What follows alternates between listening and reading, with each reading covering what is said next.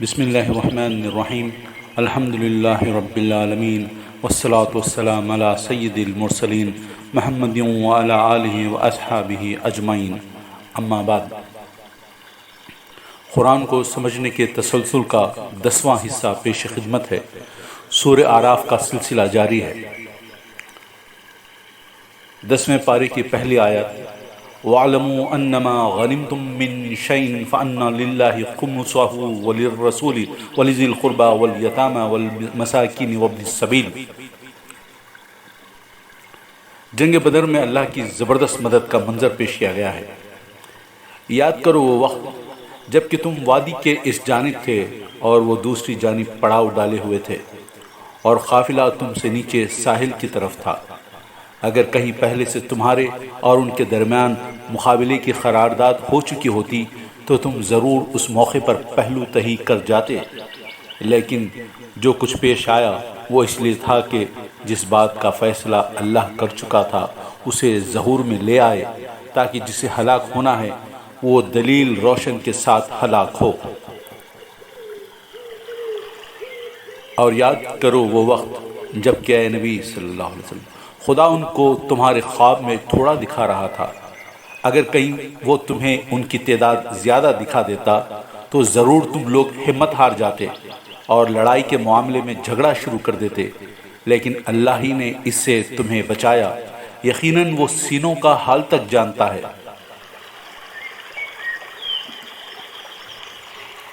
اے ایمان لانے والو، جب کسی گروہ سے تمہارا مقابلہ ہو تو ثابت قدم رہو اور اللہ کو کثرت سے یاد کرو۔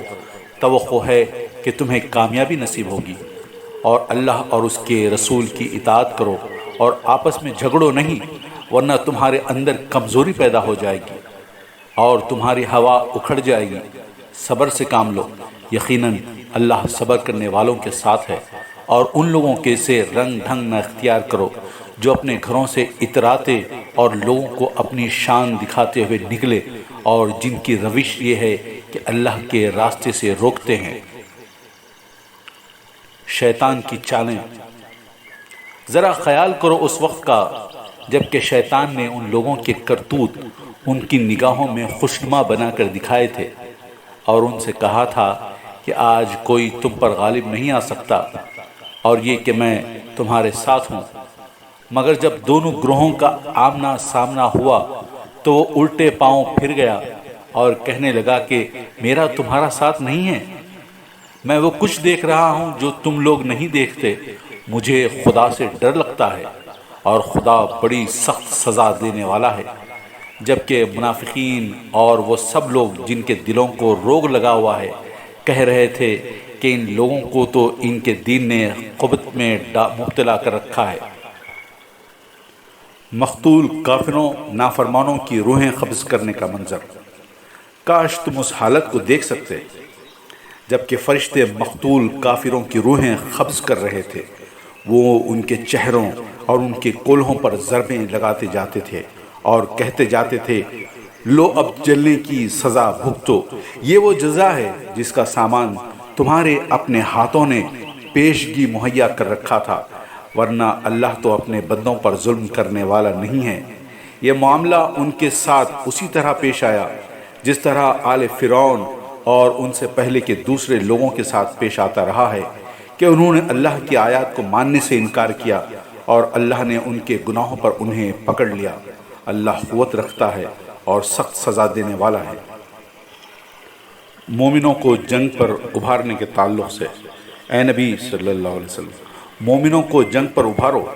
اگر تم میں سے 20 آدمی صابر ہوں تو وہ 200 پر غالب آئیں گے، اور اگر 100 آدمی ایسے ہوں تو منکرین حق میں سے 1000 آدمیوں پر بھاری رہیں گے، کیونکہ وہ ایسے لوگ ہیں جو سمجھ نہیں رکھتے۔ اچھا، اب اللہ نے تمہارا بوجھ ہلکا کیا اور اسے معلوم ہوا کہ ابھی تم میں کمزوری ہے، پس اگر تم میں سے 100 آدمی صابر ہوں تو وہ 200 پر، اور 1000 آدمی ایسے ہوں تو 2000 پر اللہ کے حکم سے غالب آئیں گے، اور اللہ ان لوگوں کے ساتھ ہے جو صبر کرنے والے ہیں۔ کسی نبی کے لیے یہ زیبا نہیں ہے کہ اس کے پاس قیدی ہوں جب تک کہ وہ زمین میں دشمنوں کو اچھی طرح کچل نہ دے۔ تم لوگ دنیا کے فائدے چاہتے ہو، حالانکہ اللہ کے پیش نظر آخرت ہے اور اللہ غالب اور حکیم ہے۔ ہجرت کرنے والوں کے بارے میں، جو لوگ ایمان لائے اور جنہوں نے اللہ کی راہ میں گھر بار چھوڑے اور جد و جہد کی اور جنہوں نے پناہ دی اور مدد کی، وہی سچے مومن ہیں۔ ان کے لیے خطاؤں سے درگزر ہے اور بہترین رزق ہے۔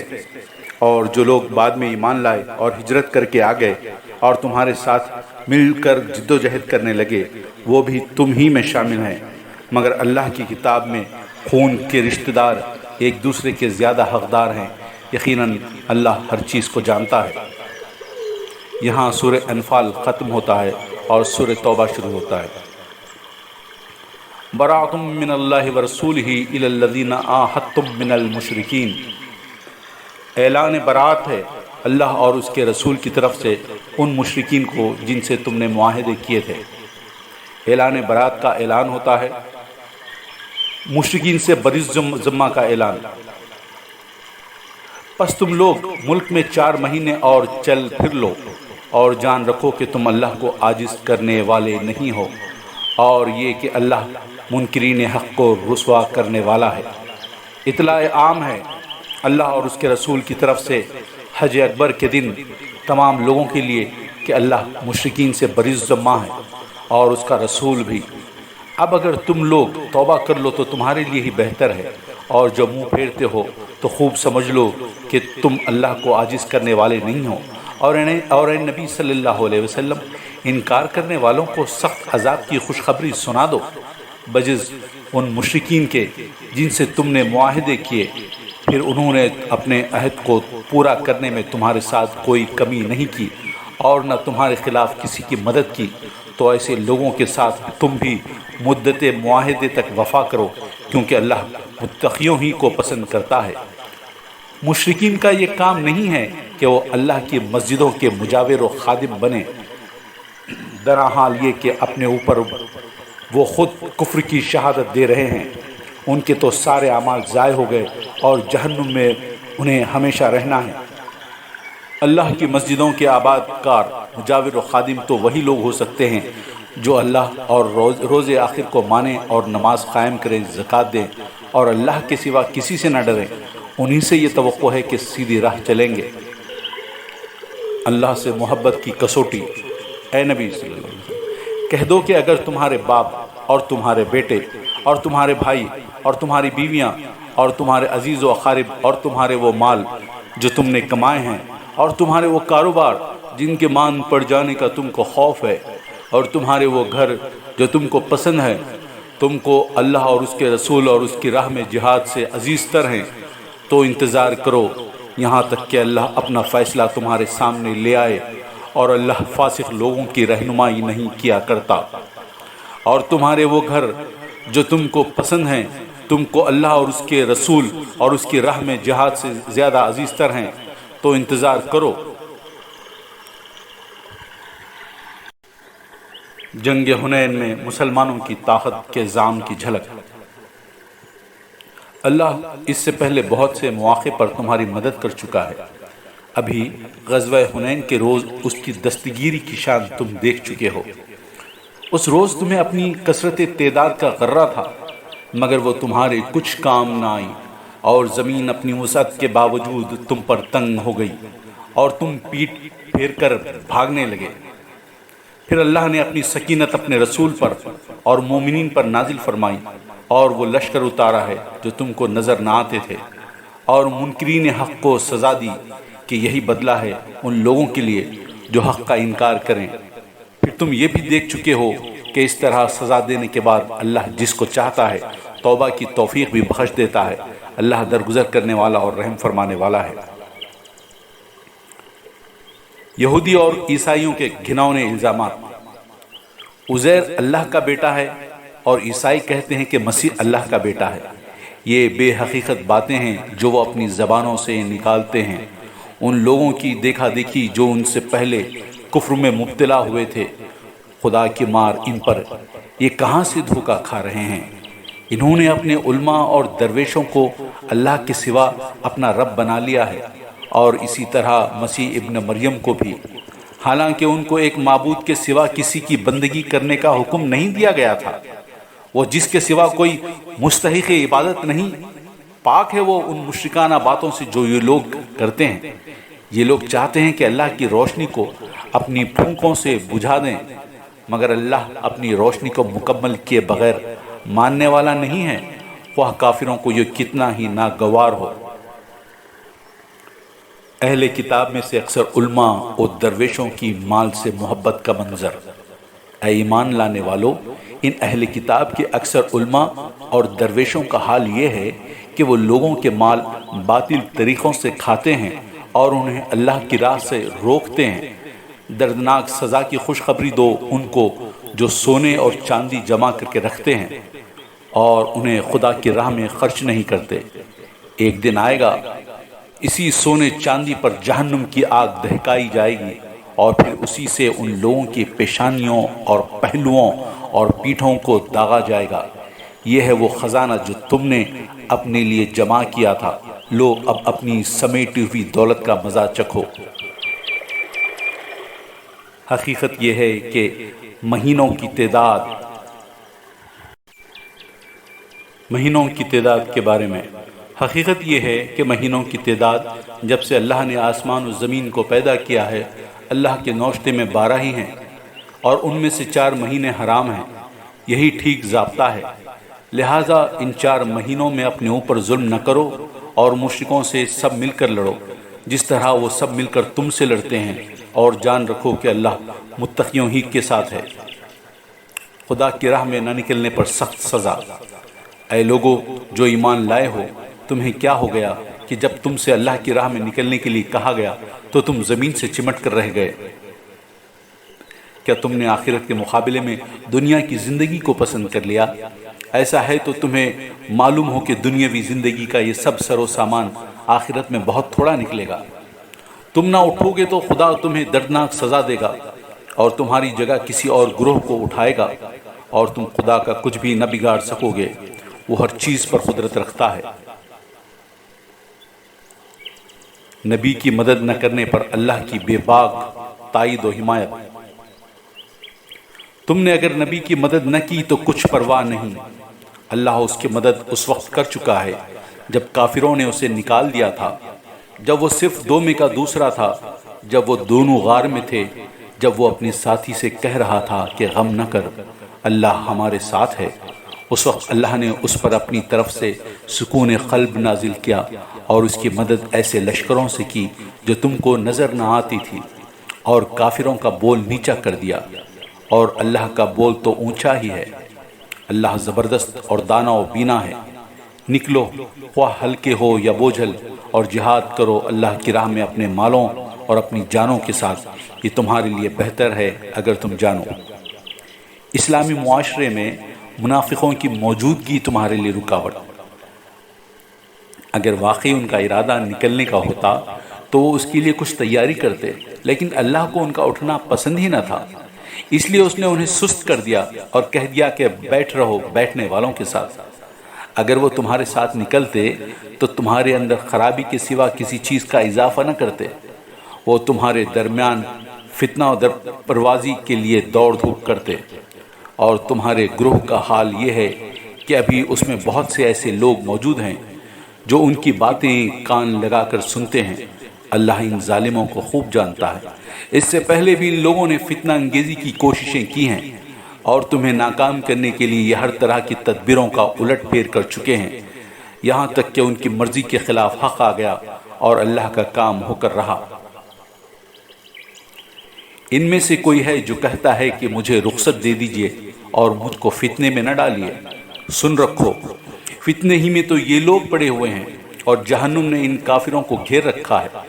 تمہارا بھلا ہوتا ہے تو انہیں رنج ہوتا ہے، اور تم پر کوئی مصیبت آتی ہے تو یہ منہ پھیر کر خوش خوش پلٹتے ہیں اور کہتے جاتے ہیں کہ اچھا ہوا ہم نے پہلے ہی اپنا معاملہ ٹھیک کر لیا تھا۔ ان سے کہو ہمیں ہرگز کوئی برائی یا بھلائی نہیں پہنچتی مگر وہ جو اللہ نے ہمارے لیے لکھ دی ہے۔ اللہ ہی ہمارا مولا ہے اور اہل ایمان کو اسی پر بھروسہ کرنا چاہیے۔ فاسقوں کی تصویر پیش کی گئی۔ ان سے کہو تم اپنے مال خواہ راضی خوشی خرچ کرو یا بکراہت، بہرحال وہ قبول نہ کیے جائیں گے کیونکہ تم فاسق لوگ ہو۔ ان کے دیے ہوئے مال قبول نہ ہونے کی کوئی وجہ اس کے سوا نہیں ہے کہ انہوں نے اللہ اور اس کے رسول سے کفر کیا ہے۔ نماز کے لیے آتے ہیں تو کسمساتے ہوئے آتے ہیں، اور راہ خدا میں خرچ کرتے ہیں تو بادل ناخواستہ خرچ کرتے ہیں۔ ان کے مال و دولت اور ان کی کثرت اولاد کو دیکھ کر دھوکہ نہ کھاؤ۔ اللہ تو یہ چاہتا ہے کہ انہی چیزوں کے ذریعے سے ان کو دنیا کی زندگی میں بھی مبتلا عذاب کرے، اور یہ جان بھی دیں تو انکار حق ہی کی حالت میں دیں۔ منافقوں کا ایک اور چہرہ۔ وہ خدا کی قسم کھا کھا کر کہتے ہیں کہ ہم تمہیں میں سے ہیں، حالانکہ وہ ہرگز تم میں سے نہیں ہیں۔ اصل میں تو وہ ایسے لوگ ہیں جو تم سے خوف زدہ ہیں۔ اگر وہ کوئی جائے پناہ پالیں یا کوئی کوہ یا گھس بیٹھنے کی جگہ تو بھاگ کر اس میں جا چھپیں۔ اے نبی صلی اللہ علیہ وسلم، ان میں سے بعض لوگ صدقات کی تقسیم میں تم پر اعتراض کرتے ہیں۔ اگر اس مال میں سے انہیں کچھ دے دیا جائے تو خوش ہو جائیں، اور نہ دیا جائے تو بگڑنے لگتے ہیں۔ کیا اچھا ہوتا کہ اللہ اور اس رسول نے جو کچھ بھی انہیں دیا تھا اس پر وہ راضی رہتے؟ یہ لوگ تمہارے سامنے قسمیں کھاتے ہیں تاکہ تمہیں راضی کریں، حالانکہ اگر یہ مومن ہیں تو اللہ اور رسول اس کے زیادہ حقدار ہیں کہ یہ ان کو راضی کرنے کی فکر کریں۔ کیا انہیں معلوم نہیں ہے کہ جو اللہ اور اس کے رسول کا مقابلہ کرتا ہے اس کے لیے دوزخ کی آگ ہے؟ منافقوں کا ڈر کہ کہیں قرآن کی آیت کے ذریعے ان کی پول نہ کھل جائے۔